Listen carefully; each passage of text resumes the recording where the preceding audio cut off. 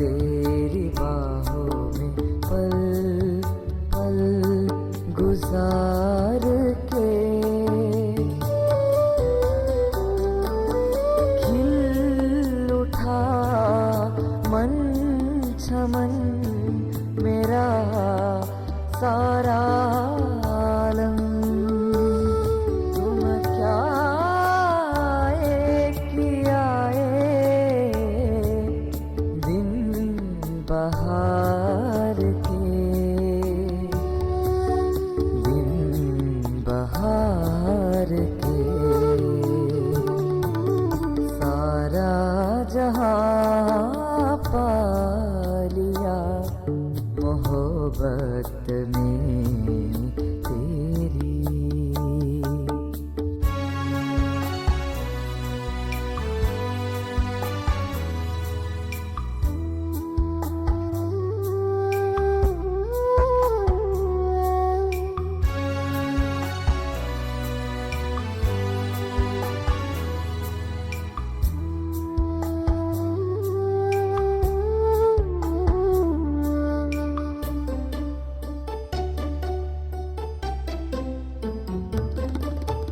फुर्सत न थी झाँक लूं खुद में कभी,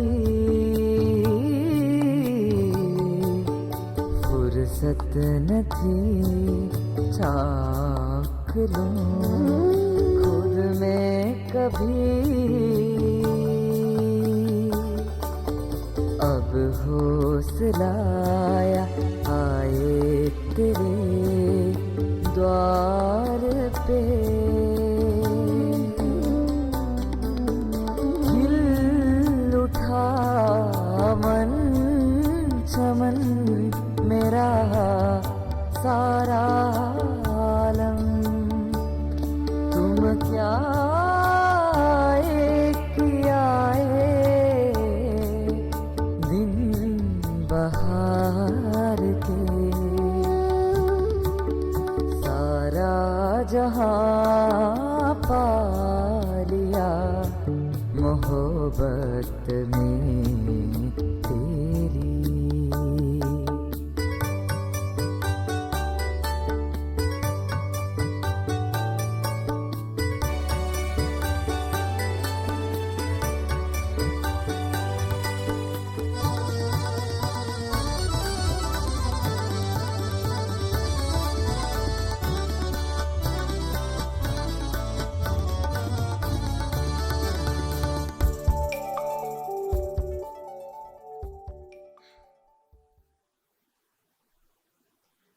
ओम शान्ति।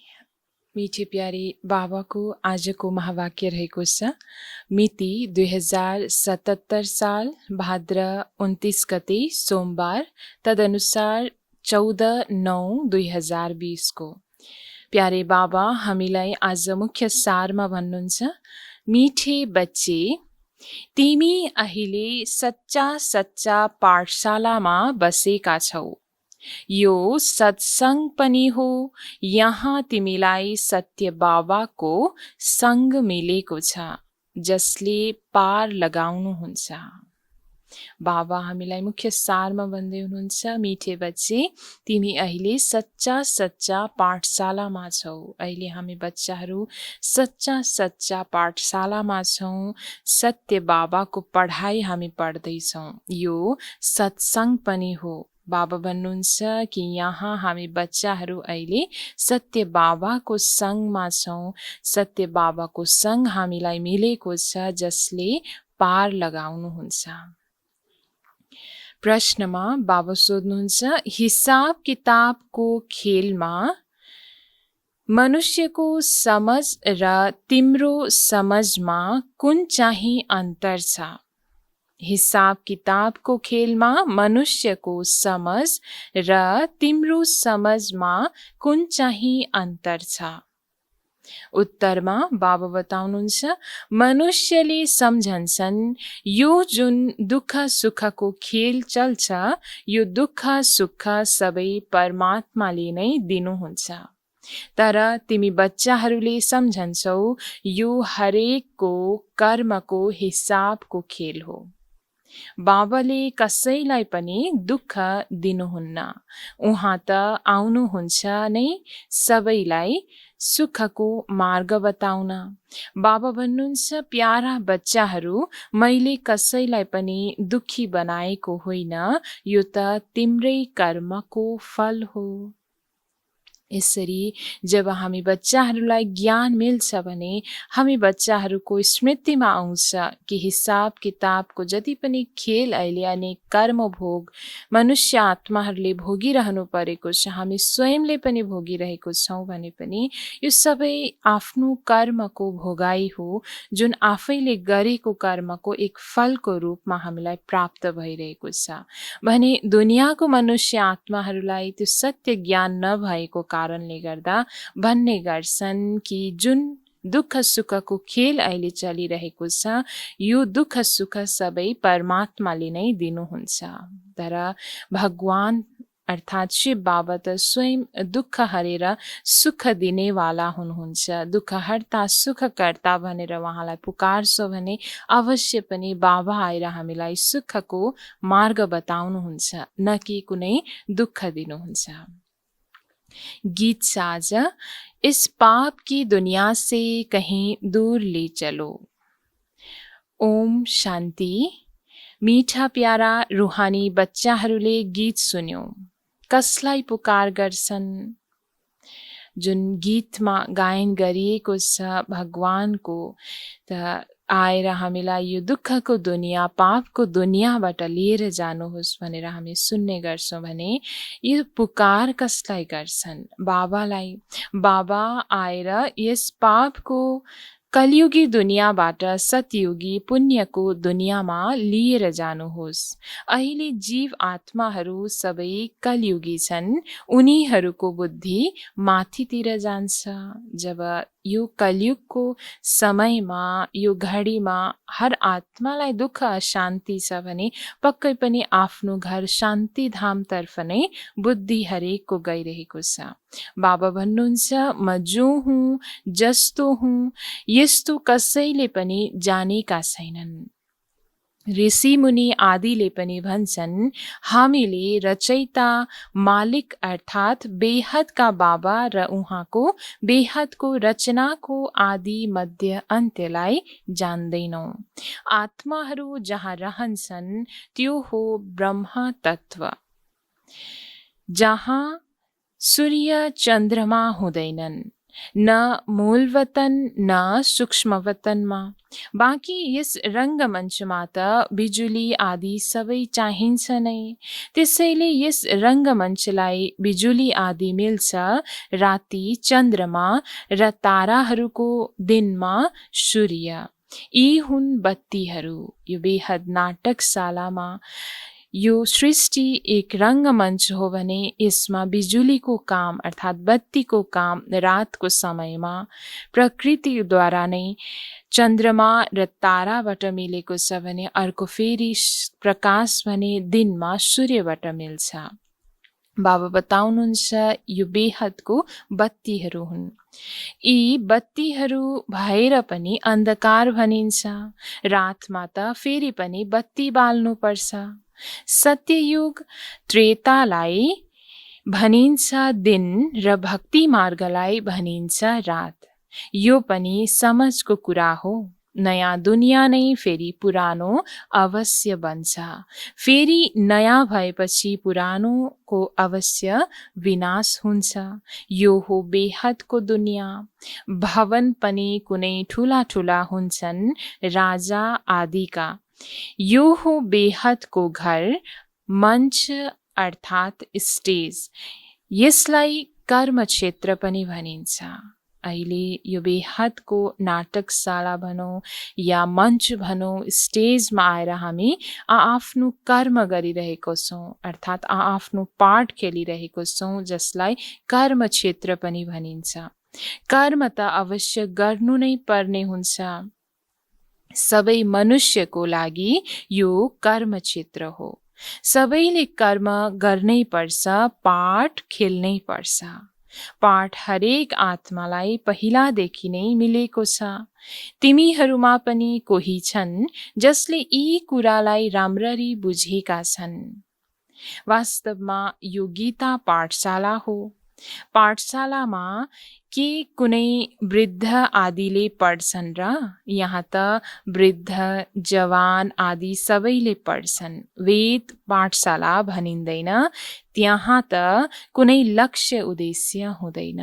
दुनियाँमा जस्तै वेद शास्त्रको पाठ जहाँ पढिन्छ त्यो किसिमको यो पाठशाला नभएर यहाँ पढाइ हुने गर्छ, जहाँ हामीलाई लक्ष्मी नारायण समान बन्ने बाबाले लक्ष्य दिनुभएको छ। बाँकी दुनियाँमा जति पनि सत्सङ्गहरू बताइएको छ, पाठशालाहरू रहेको छ, त्यहाँ कुनै पनि लक्ष्य उद्देश्य हुँदैन। हामीले त यति वेद शास्त्र पढ्छौँ, यसबाट के भन्छौँ उनीहरूले जानेका छैनन्। दुनियाँमा वेद शास्त्र आदि पढिरहेका छन्, तर यो पढेर हामी भोलिको दिनमा के भन्छौँ यो जानेका छैनन्। जति पनि सत्सङ्ग छन् त्यहाँ कुनै लक्ष्य उद्देश्य केही छैन। अब त सत्सङ्ग भन्न पनि लाज लाग्छ। सत्य त एक बाबा नै हुनुहुन्छ, जसको लागि भनिन्छ सङ्गले तार्छ, कुसङ्गले डुबाउँछ। कुसङ्ग कलियुगी मनुष्यहरूको, सत्यको सङ्ग त एउटै मात्र छ। दुनियाँमा जति पनि सङ्ग रहेको छ त्यो सबै कुसङ्ग हो, अर्थात् त्यहाँ रावणको मत चल्छ। हर आत्माले बिना ज्ञान केही न केही मत चलाइरहेको हुन्छ भने जसबाट अवश्य पनि कुनै न कुनै हानि पुगिरहेको हुन्छ, कुनै न कुनै अकल्याण भइरहेको हुन्छ। त्यसैले बाबा भन्नुहुन्छ दुनियाँमा त छ नै कुसङ्ग, त सत्यको सङ्ग त एउटै मात्रै छ। अहिले तिमीलाई आश्चर्य लाग्छ, सारा सृष्टिको आदि मध्य अन्त्यको ज्ञान बाबाले कसरी दिनुहुन्छ। तिमीलाई त खुसी हुनुपर्छ। तिमीहरू सच्चा सच्चा गीता पाठशालामा बसेका छौ, बाँकी सबै हुन् झुटा पाठशाला। ती अन्य सत्सङ्ग आदिबाट त कोही पनि विशेष बनेर निस्किँदैनन्। स्कुल कलेज आदिबाट त फेरि पनि केही बनेर निस्किन्छन्, किनकि पढ्छन्।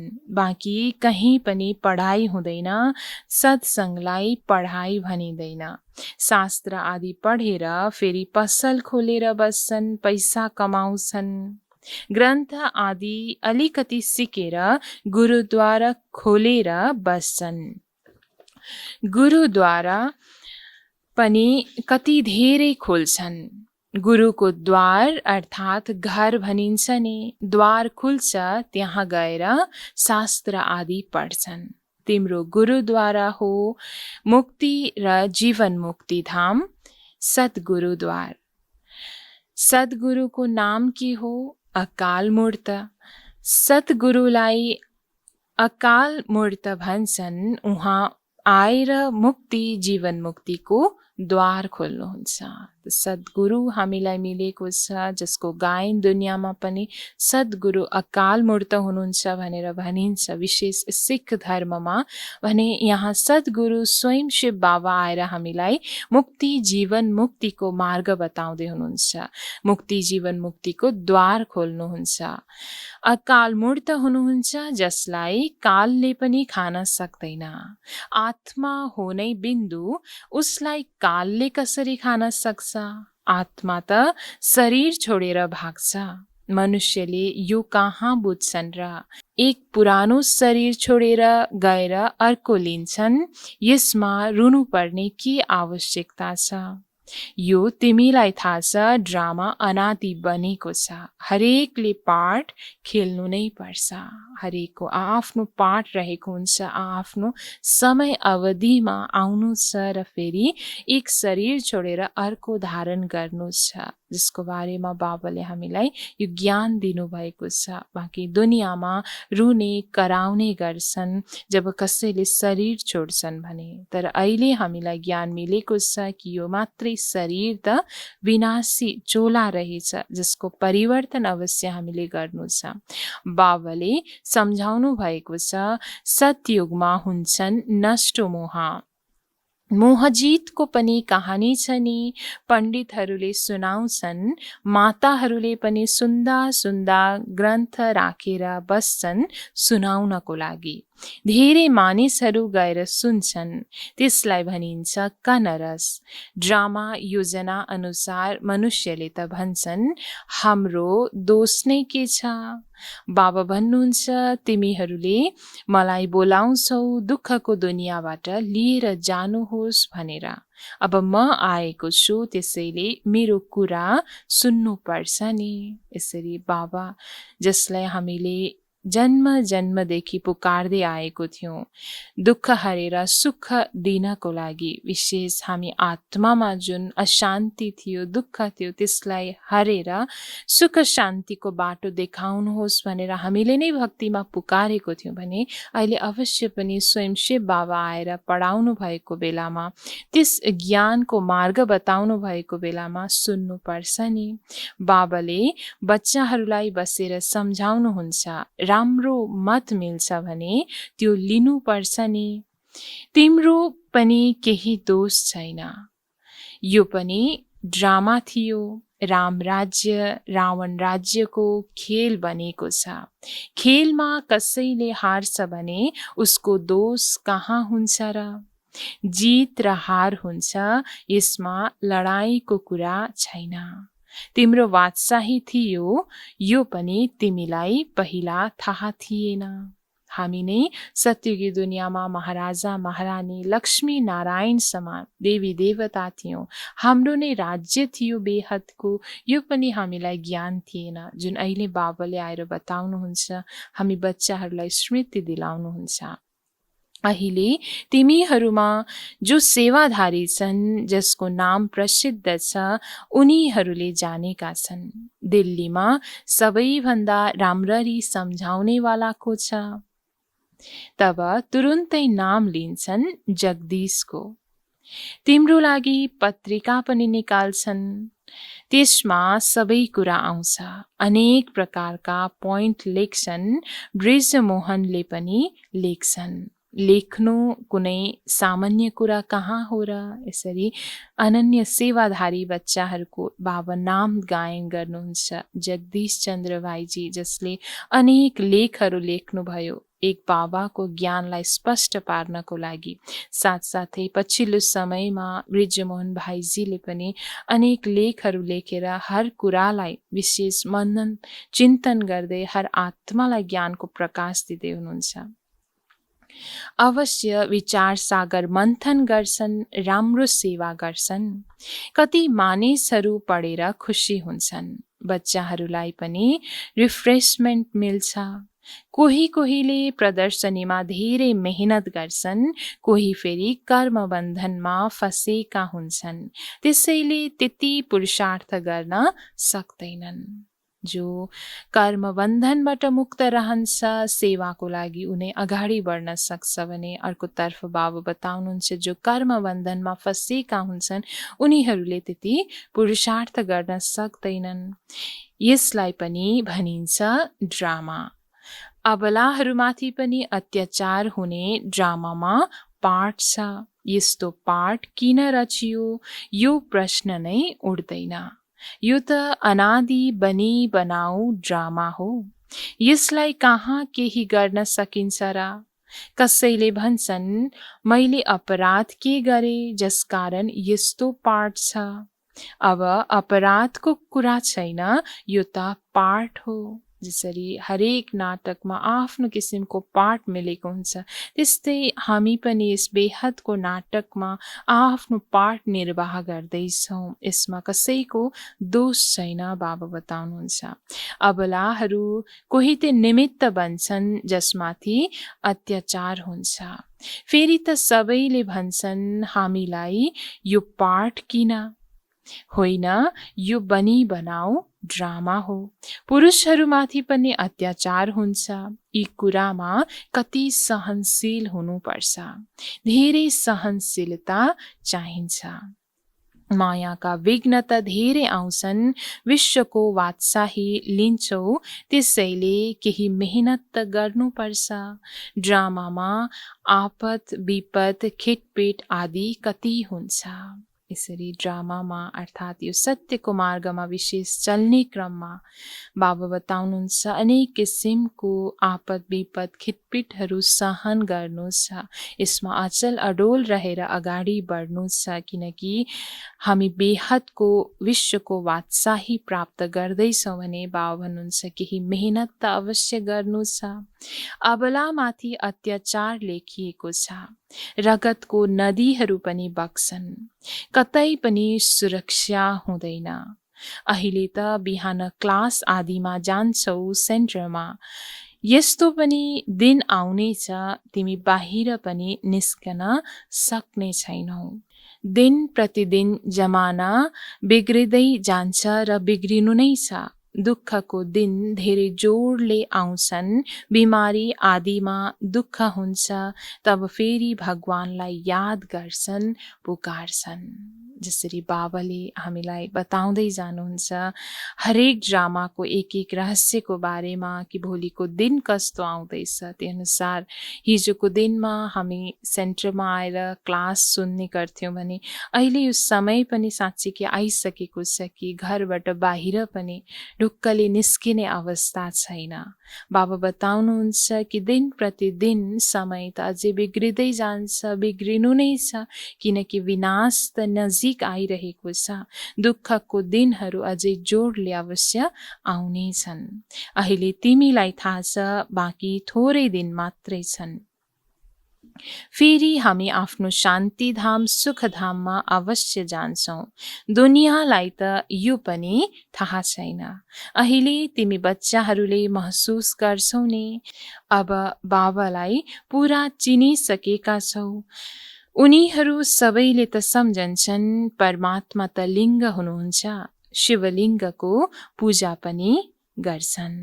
यसरी भगवान शिव बाबा जसको हामी पुकार हिजोको समयमा गर्थ्यौँ भने आज अहिले स्पष्ट रूपमा बाबालाई चिनिसकेको छौँ। उहाँको साथमा हर घडी मिलन बनाउँछौँ, बाबाको यादमा रहने गर्छौँ। बाँकी दुनियाँमा अझै पनि परमात्मा हुनुहुन्छ भनेर त भन्छन्, तर यथार्थ रूपमा चिनेका छैनन्। तिमी शिवको मन्दिरमा जान्थ्यौ, तर कहिल्यै यो ख्याल गर्यौ शिवलिङ्ग के चिज हो? अवश्य यो जड हो भने चैतन्य पनि हुनुहुन्छ होला। यो सबै के हो? भगवान त रचयिता हुनुहुन्छ, माथि हुनुहुन्छ।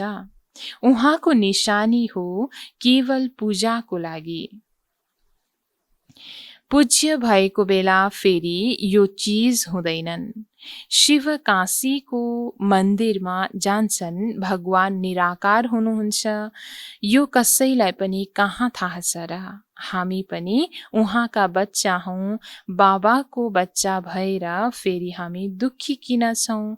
विचार गर्नुपर्ने कुरा हो। यसरी भगवानको हामी सन्तान हौँ भनेर भगवानलाई त्वमेव माता पिता त्वमेव भनेर पुकार्न त गरिन्छ भक्तिमा पनि, तर भगवानको सन्तान भएर पनि अहिले किन दुःखी छौँ भन्ने यो अवश्य पनि विचार गर्ने कुरा हो। बाबा बताउनुहुन्छ आत्माले भन्छ हामी परमात्माका सन्तान हौँ, फेरि हामी दुःखी किन छौँ? बाबा त हुनुहुन्छ नै सुखदाता, बोलाउँछन् पनि हे भगवान हाम्रो दुःख मेटाउनुहोस्। उहाँले कसरी मेटाउनुहुन्छ? दुःख सुख यो त आफ्नो कर्मको हिसाब किताब हो। मनुष्यले त सम्झन्छन् सुखको फल सुख, दुःखको फल दुःख परमात्माले नै दिनुहुन्छ, उहाँमाथि नै राखिदिन्छन्। तब जसरी भगवानको सत्य परिचय नभएको कारणले गर्दा, दुःखहर्ता सुखकर्ता भगवानलाई नचिन्नुको कारणले गर्दा जति पनि हिसाब किताबहरू आउँछन् त्यो क्रममा यो सबै भगवानले नै दिनुभएको हो भनेर सबै दोष भगवानलाई सुम्पिने गर्छन्। बाबा भन्नुहुन्छ मैले कहिल्यै दुःख दिन्न, मैले त आधा कल्पको लागि सुख दिएर जान्छु। यो फेरि दुःख सुखको खेल हो। केवल सुखको खेल हुँदो हो त यो भक्ति आदि केही पनि हुँदैनथ्यो। भगवानसँग मिल्नको लागि नै यो भक्ति आदि सबै गर्छन् नि। अहिले बाबा बसेर सारा समाचार सुनाउनुहुन्छ। आदि मध्य अन्त्यको बारेमा बाबाले अहिले आएर हामीलाई सुनाउँदै हुनुहुन्छ कि केही कार्य के कर्म हामी आत्माबाट भएर अहिलेको समयमा हर आत्मालाई दुःख अशान्ति अपार्छ। बाबा भन्नुहुन्छ तिमी बच्चाहरू कति भाग्यशाली छौ। ती ऋषि मुनि आदिको त कति नाम छ। तिमी हौ राज ऋषि, उनीहरू हुन् हठयोग ऋषि। ऋषि अर्थात् पवित्र। तिमी स्वर्गका राजा बन्छौ, त्यसैले पवित्र त अवश्य बन्नुपर्छ।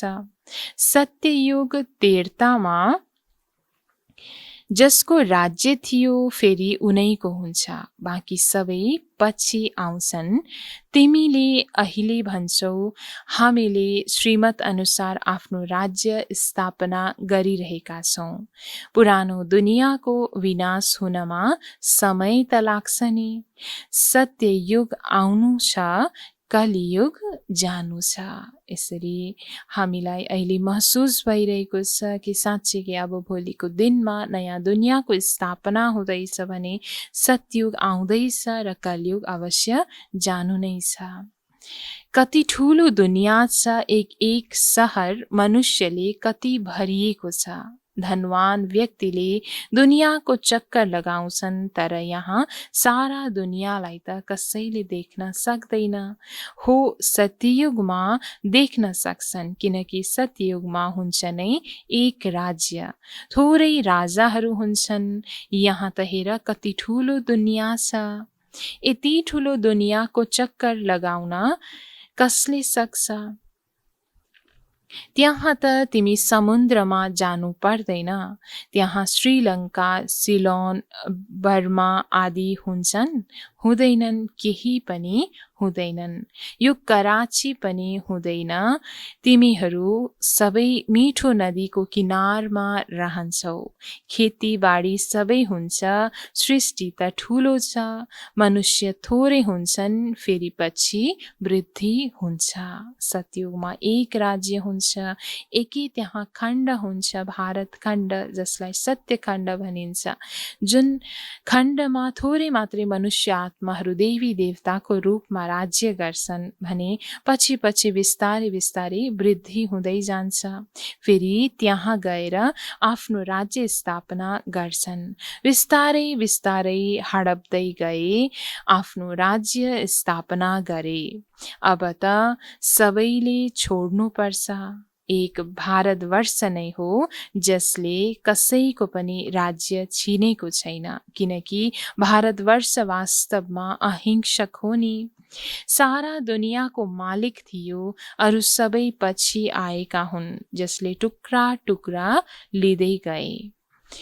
तिमीले कसैको पनि ओगटेनौ, अङ्ग्रेजले ओगटे।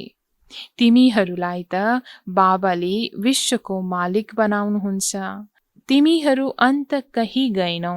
तिमी बच्चाहरूको बुद्धिमा यी सारा कुरा छन्। बुढी माताहरूले यी सबै कुरा बुझ्न सक्दैनन्। बाबा भन्नुहुन्छ ठिक छ, तिमीले केही पनि पढेका छैनौ। पढेको सबै बुद्धिबाट निकाल्नुपर्छ। एक कुरा मात्र धारण गर्नु छ, प्यारा बच्चाहरू बाबालाई याद गर। विस्तारको कुराहरू त अनेक छ, ज्ञानको पनि भने बाबा बताउनुहुन्छ मुख्य सारको कुरा, मुख्य धारण गर्नुपर्ने कुरा नै यही हो कि एक बाबालाई याद गर्नु छ। तिमीले भन्थ्यौ नि बाबा हजुर आउनुभयो भने हामी बलिहार जान्छौँ, कुर्बान जान्छौँ। फेरि हजुर हामीमाथि कुर्बान जानुहुन्छ, लेनदेन हुन्छ नि। विवाहको समयमा स्त्री पुरुषले एक अर्काको हातमा नुन दिन्छन्। बाबालाई पनि भन्छन् हामीले पनि पुरानो सबै हजुरलाई दिन्छौँ। मर्नु त छ नि, यो सबै खत्तम हुनु छ। हजुरले फेरि हामीलाई सत्य युगमा दिनुहोला, बाबा आउनु नै हुन्छ सबैलाई लिएर जान। काल हुनुहुन्छ नि, सिन्धमा भन्दथे यो कुन काल हो जसले सबैलाई भगाएर लिएर जान्छ। तिमी बच्चाहरू त खुसी हुन्छौ, बाबा आउनुहुन्छ नै लिएर जान। हामी त खुसीले आफ्नो घरमा जान्छौँ, सहन पनि गर्नुपर्छ। राम्रा राम्रा ठुला ठुला घरका माताहरूले मार खान्छन्, तिमीले सच्चा कमाई गर्छौ। मनुष्यहरूले कहाँ जानेका छन् र? ती त हुन् कलियुगी शूद्र सम्प्रदाय। सत्य ज्ञानलाई नजान्नुको कारणले गर्दा अनेक मारपिटको कार्यहरू गर्ने गर्छन्। जो सत्य मार्गमा चल्छन् माताहरूलाई अनेक सहन गर्नुपर्ने हुन्छ। बाबा बताउनुहुन्छ ती त हुन् कलियुगी शूद्र सम्प्रदाय। तिमीहरू सङ्गमयुगी पुरुषोत्तम बनिरहेका छौ। तिमीलाई थाहा छ पहिलो नम्बरका पुरुषोत्तम यी लक्ष्मी नारायण हुन् नि। फेरि डिग्री कम हुँदै जान्छ, माथिबाट तल आइरहन्छन्, फेरि बिस्तारै बिस्तारै गिरिरहन्छन्। यस समयमा सबै गिरिसकेका छन्। उच्चभन्दा उच्च कुलका देवकुलको आत्माहरू नै बिस्तारै बिस्तारै आत्माको जब कला कम हुँदै जान्छ, डिग्री जब घट्दै जान्छ, माथिबाट तल ओर्लिँदै जान्छन्, बिस्तारै बिस्तारै बाबा हुनुहुन्छ सबै अहिलेको समयमा गिरिसकेका छन्। वृक्ष पुरानो भइसकेको छ, फेद सडिसकेको छ। अब फेरि स्थापना हुन्छ, फाउन्डेसन लाग्छ। कलमी कति सानो हुन्छ, फेरि त्यसबाट कति ठुलो वृक्ष बढ्छ। यो पनि वृक्ष हो। सत्य युगमा धेरै सानो वृक्ष हुन्छ, अहिले कति ठुलो छ। भेराइटी फुल कति छन् मनुष्य सृष्टिका। एउटै वृक्षमा कति भेराइटी छन्। अनेक भेराइटी धर्मको वृक्ष हो मनुष्यहरूको। एक चेहरा अर्कोसँग मिल्दैन, बनी बनाऊ ड्रामा हुने। यो कल्प वृक्ष मनुष्यको हामी जब हेर्छौँ भने देख्न सक्छौँ कि एकै वृक्षमा भेराइटी धर्महरू छन्। भेराइटी धर्मको हाँगाहरूमा अनेक किसिमका मनुष्य आत्माहरू छन्। आफ्नो सम्प्रदाय हरेकको रहेको छ। कसैको उस्तै पाठ हुन सक्दैन। यसलाई भनिन्छ कुदरत बनी बनाऊ ड्रामा। यसमा पनि बनावटी धेरै छ। जुन चीज वास्तविक हुन्छ त्यो खत्तम पनि हुन्छ। फेरि 5000 वर्षपछि वास्तविकतामा आउँछ। चित्र आदि पनि कुनै वास्तविक कहाँ बनेका छन् र? ब्रह्माको पनि सक्कल तिमीले फेरि 5000 वर्षपछि देख्छौ। यस ड्रामाको रहस्यलाई बुझ्न बुद्धि धेरै विशाल चाहिन्छ। अरू केही नसम्झे पनि एउटा कुरा बुद्धिमा राख, एक शिव बाबा, दोस्रो न कोही। यो आत्माले भन्यो, बाबा हामी हजुरलाई नै याद गर्छौँ। यो त सहज छ नि। हातद्वारा कर्म गर्दै बुद्धिबाट बाबालाई याद गरिराख। बाबा बताउनुहुन्छ कि हरेक कुरा ड्रामाको रहस्य बुझ्नको लागि विशाल बुद्धि त अवश्य चाहिन्छ। तर एउटा कुरा अवश्य याद राख्नुपर्छ कि हाम्रो लागि एक शिव बाबा नै हुनुहुन्छ, दोस्रो न कोही। सच्चा सहारा अन्त्यसम्म साथ दिनेवाला एक बाबा नै हुनुहुन्छ भने उहाँलाई नै अवश्य अन्त्य समयसम्म हामीले याद गर्नु छ। हातद्वारा कर्म गरे तापनि बुद्धिले एक बाबाको यादमा हामी रहनु छ।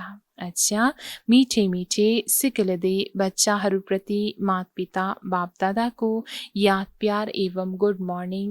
रूहानी बाबाको रूहानी बच्चाहरूलाई नमस्ते। रूहानी बच्चाहरूको रूहानी बाबालाई गुड मर्निङ, नमस्ते बाबा, नमस्ते।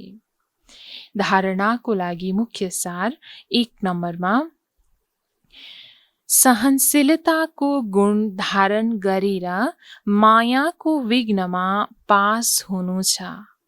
अनेक आफतहरू आउँछन्, अत्याचार हुन्छ, यस्तो समयमा सहन गरेर बाबाको यादमा रहनु छ, सच्चा कमाई गर्नु छ।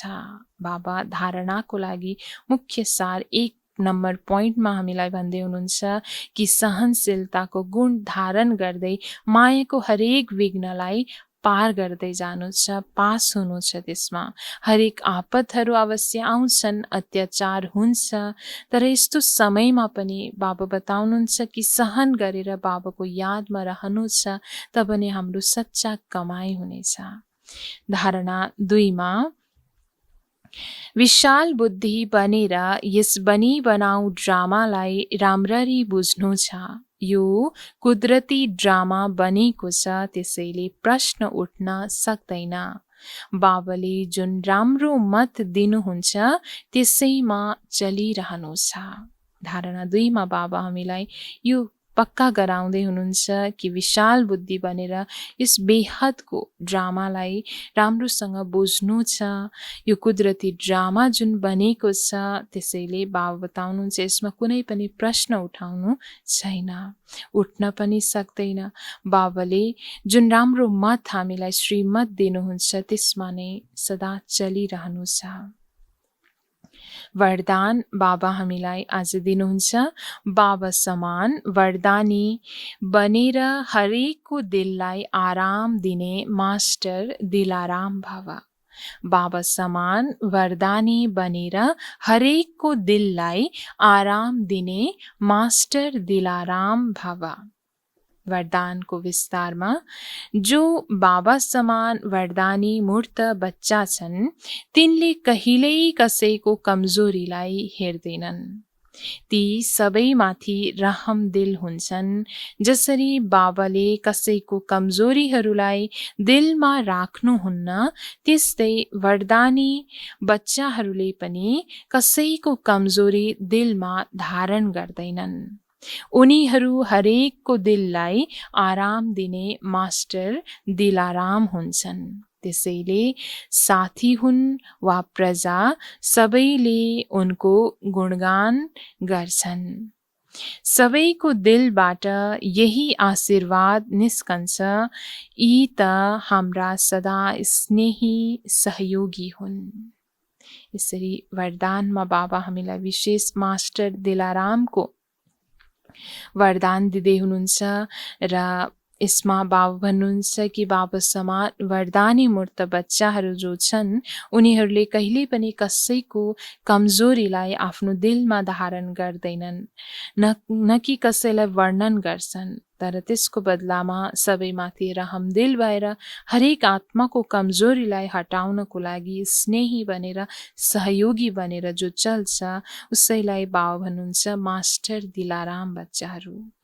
स्लोगनमा बाबा भन्नुहुन्छ, संगम युगमा श्रेष्ठ आत्मा उनै हो जो सदा बेफिक्र बादशाह छ। संगम युगमा श्रेष्ठ आत्मा उनै हो जो सदा बेफिक्र बादशाह छ। जो संगम युगको समयमा श्रेष्ठ आत्मा हो, बाबा भन्नुहुन्छ उसको निशानी नै सदा बेफिक्र बादशाह हो। हरेक परिस्थितिमा, हरेक जस्तो सुकै चुनौती मायाको विघ्नमा पनि बेफिक्र रहेर एक बाबाको यादद्वारा हर कुरालाई जब पास गर्दै अगाडि बढ्छ भने बाबा भन्नुहुन्छ संगम युगको श्रेष्ठ आत्मा उनै हो। ओम शान्ति।